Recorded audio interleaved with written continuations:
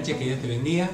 Una alegría una vez más que nos podamos reunir a través de este video para poder compartir juntos la palabra de Dios, aprender algún punto importante que Dios nos quiera decir, algún concepto para nuestra vida, para poder seguir alineando nuestra vida con los propósitos de Dios. Estamos estudiando el libro de Segunda Reyes, ya vamos por el capítulo 9 y el capítulo 9 relata una historia muy interesante donde sigue estando el profeta Eliseo como uno de los protagonistas, pero aparece una persona nueva que se llama Jehú, que va a ser un rey que Dios va a levantar con el propósito de erradicar el culto a Baal dentro de tanto de Israel como de Judea, los dos reinos de Israel. Vos recordarás que para este entonces el pueblo de Dios está dividido en dos reinos, el reino del norte y el reino del sur,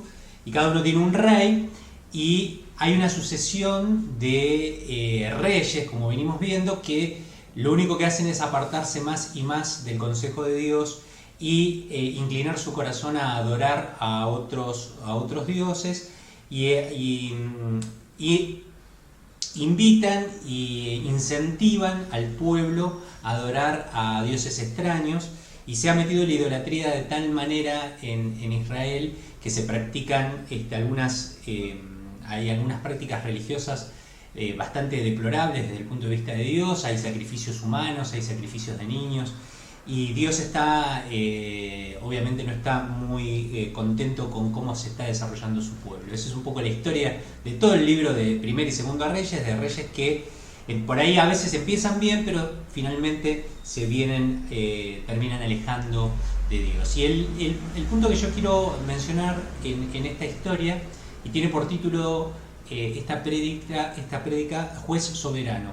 Quiero que veamos, yo te voy a contar un poco más o menos rápido cómo sucede la historia, pero quiero que pongamos el foco y la lupa en cómo actúa Dios, porque lo que vamos a ver es un juicio de Dios. Dios va a juzgar definitivamente el pecado de todos estos reyes, y va a mandar a una persona que él mismo va a levantar como rey, que Dios va a ungir como rey a través del profeta Eliseo, en realidad de un siervo del profeta Eliseo. Y finalmente esta persona va a llevar adelante un juicio que Dios va a ejercer sobre la casa real, tanto de Israel como de Judá. ¿Sí? Así que más o menos la historia es así. Eliseo llama a uno de sus siervos, a otro, un aprendiz de profeta, y le dice: bueno, tenés que ir a buscar a un capitán que se llama Jehú, y lo tenés que ungir por rey, y le vas a decir que Dios dice que a partir de ahora él iba a ser el rey, y que tiene que eliminar a los dos reyes, tanto de Israel como de Judá, y él iba a ser rey, y iba a poner las cosas en orden. Entonces, para hacerla corta, este siervo va, se encuentra con este señor que es un capitán del ejército, le dice: bueno, venite aparte. Lo unge por rey, y ahora vamos a leer el momento en que lo unge y lo que le dice, que es el mensaje de Dios. Y este hombre finalmente, cuando se ve ungido rey, le comenta al resto de los capitanes que eran sus compañeros de milicia, y el resto de las personas inmediatamente lo reconocen como rey, y tanto el rey de Judá como el de Israel estaban juntos en una ciudad haciendo guerra contra el rey de Siria. Y este hombre va, ahí se encuentra, hay una batalla con estos dos reyes, y finalmente los elimina, y él termina siendo el rey de Judá y eliminando el culto a Baal. Más o menos esta es la historia, y lo que vemos que es el juicio de Dios, un Dios soberano, un juez soberano, que define de una vez por todas traer un juicio sobre la nación, después de haber tenido bastante paciencia con todos ellos. Quiero leer un par de versículos en el capítulo 9, versículo 6, que es el momento en el que Jehú es ungido rey. Dice así la palabra de Dios: Jehú se levantó y entró en la casa. Entonces el profeta lo ungió con el aceite y declaró: así dice el Señor, Dios de Israel, ahora te unjo como rey de mi pueblo Israel.